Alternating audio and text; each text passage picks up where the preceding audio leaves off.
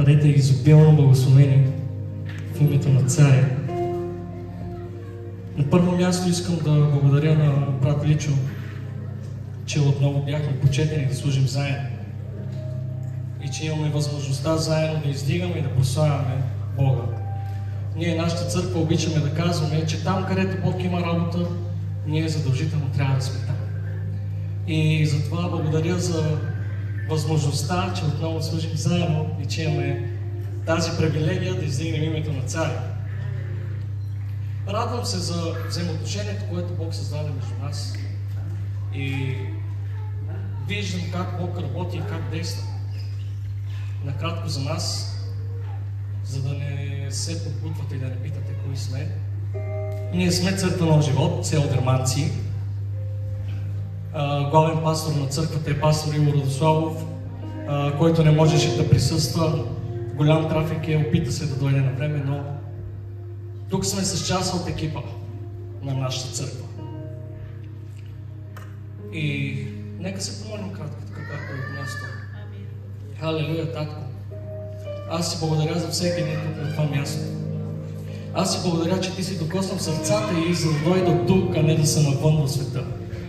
И аз вярвам, че днес това служение ще бъде трансформация за едни, насърчение за други и поглед на вярата в Тебе, Татко мой.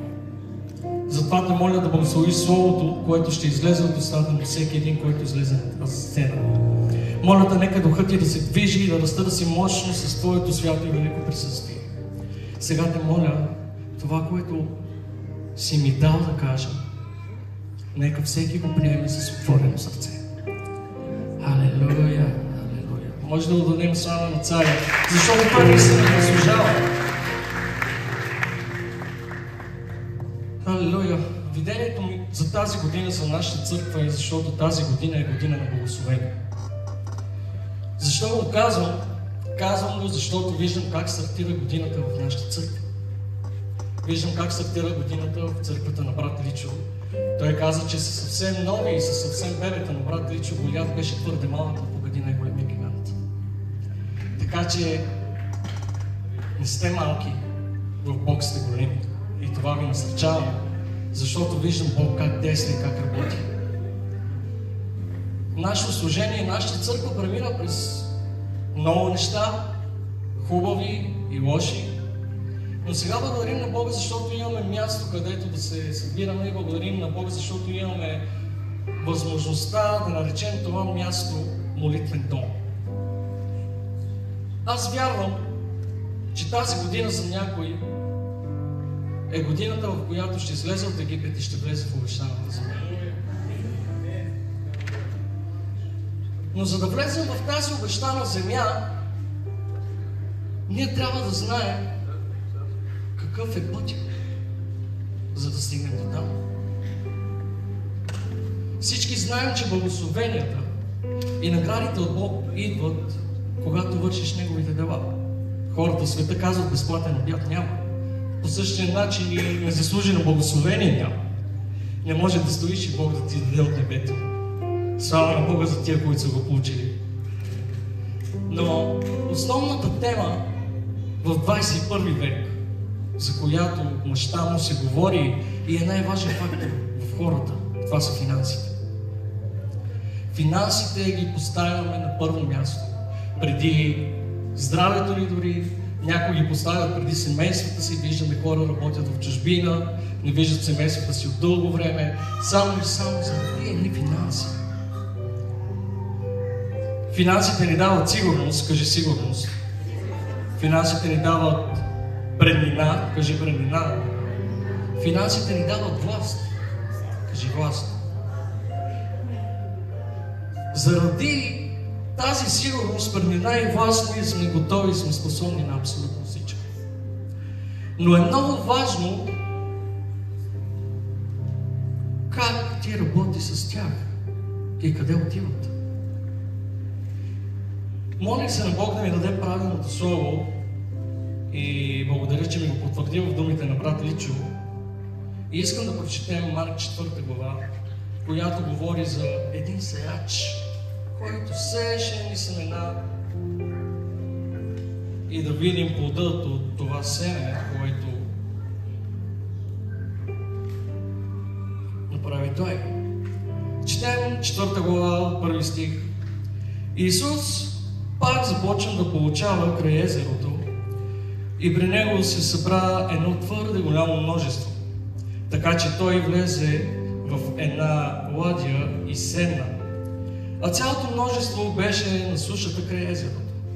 И ги получаваше много с притчи и им казваше в поучението си: слушайте, ето сеячът излезе, за да сее.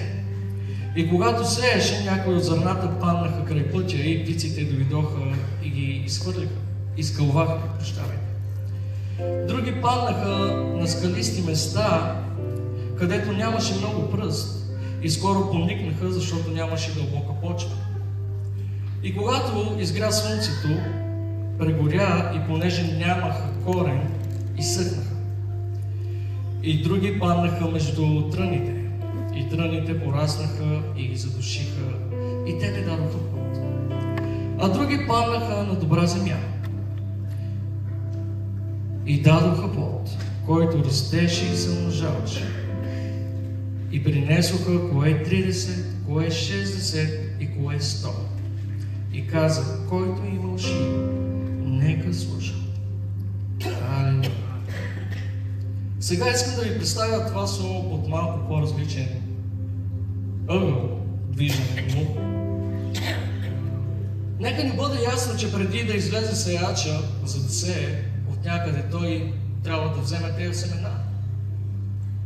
Той не е производител на тези семена, той ги е взел от някъде.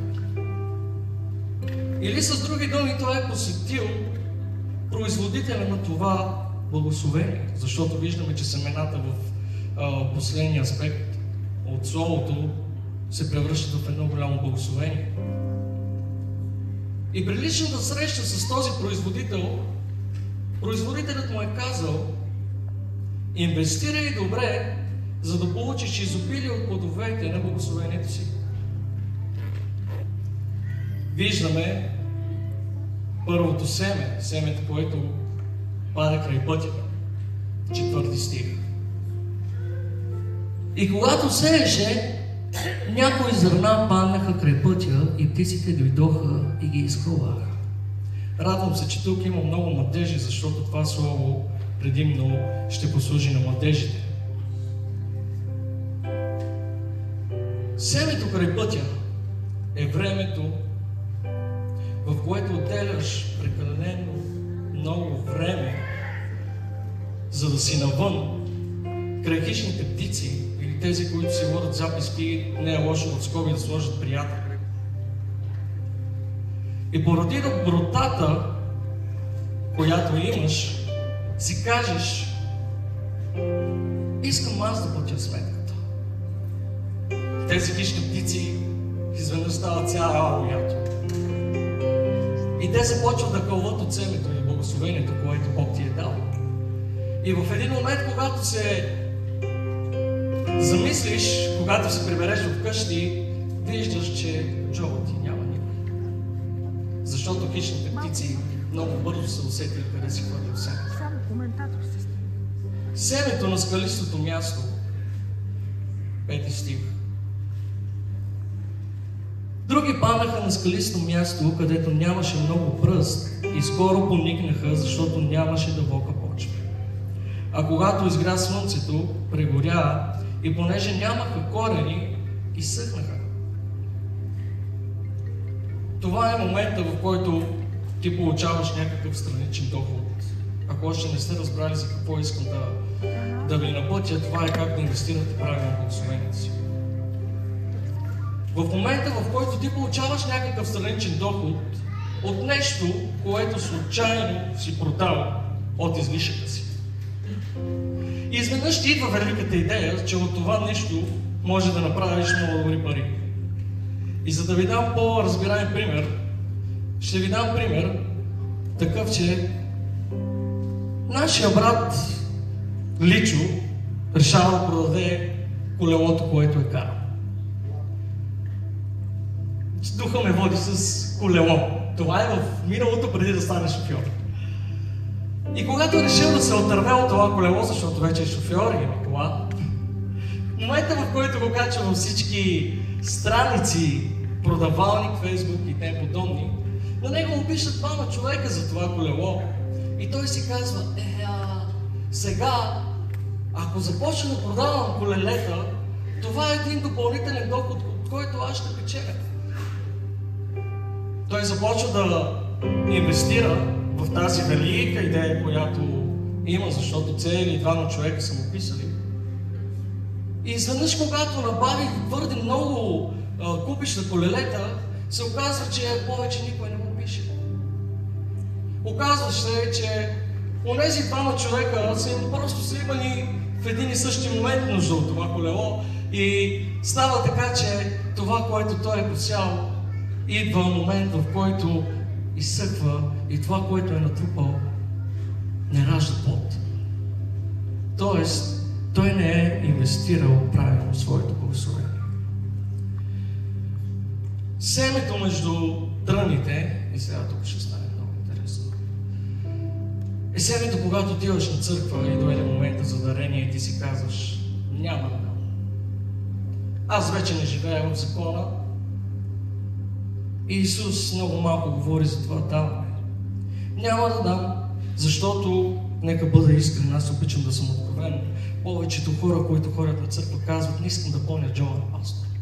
Няма да дам, защото имам други нужди, които тези финанси ми трябват. Нека да ти кажа нещо. Да, ти не живееш в закона. Но Авраам също не беше в този закон. И Авраам даде 1/10 част от всичко, което имаше. И Авраам занесе своя десятък, Словото казва, в хранилището. Църквата е мястото, от което ти се храниш. Църквата е мястото, в което Духът работи с теб. Църквата е мястото, в което ти получаваш свръхестествено благословение. От църквата излиза твоето съвършено здраве.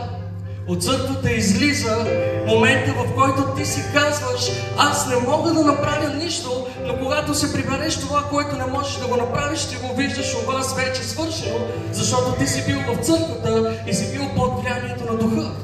Църквата е мястото, когато ти се обърнеш към Бог и няма кой да ти помогне друг отстрани. Опитал си се да попиташ комшията си, опитал си се да попиташ брат си, приятеля си и всеки те е върнал, всеки те е казал не мога, но когато отидеш в църквата, пастора идва при теб и те прегръща.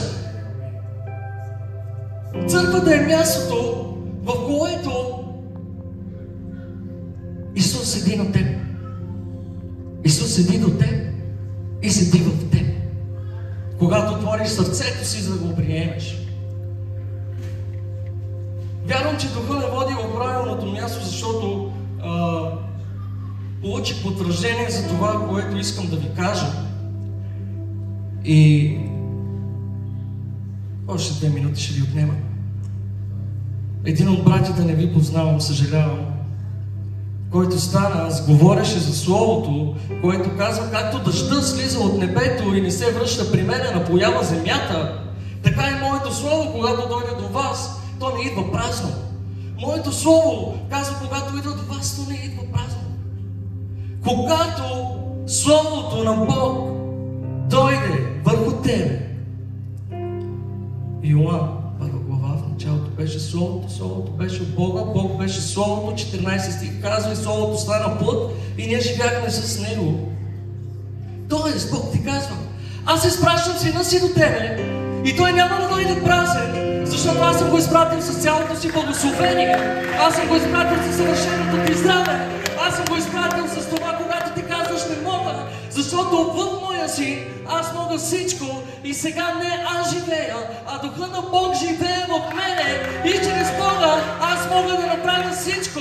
И ако не можеш и не се научиш, че е момента и църквата е времето, в което ти трябва да сееш, за да може да получиш благословение от Бог, ти трябва да сееш, за да може Бог да даде съвършено изцеление върху този, за който се молиш.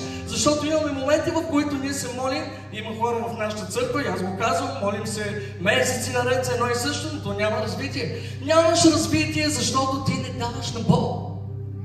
Бог работи последния начин. Той ти дава. И когато ти даде малко, Той иска това, което ти е дал, ти да започнеш да работиш с Него и да дадеш плод от това, което Бог ти е дал. Тоест, когато ти посееш в църквата, Бог ще започне да ти дава в същия този месец 30-кратно, в другия месец ще видиш благословението на Бог 40-кратно и до края на годината ти ще видиш изобилието от благословения 100-кратно в твоя живот. Защото ти си се научил да посяваш в името на Бога, ти си откъснал това, което имаш и си заминал в хранилището и си казал: татко, всичко, което е мое, сега е твое, защото аз съм го придобил не чрез мене, аз съм го придобил чрез тебе. И за това отдай слава на царя. И в момента, в който мине дарението, отвори сърцето си, защото навън, когато излезеш, това, което си дал, е нищо със сравнение от това, което ще получиш. И ако го вярваш, ръкопляскай и дай слава на Бог, защото Той е всичко, което има. О, имам всичко в Исус. Алелуя. Хваление, заповядайте.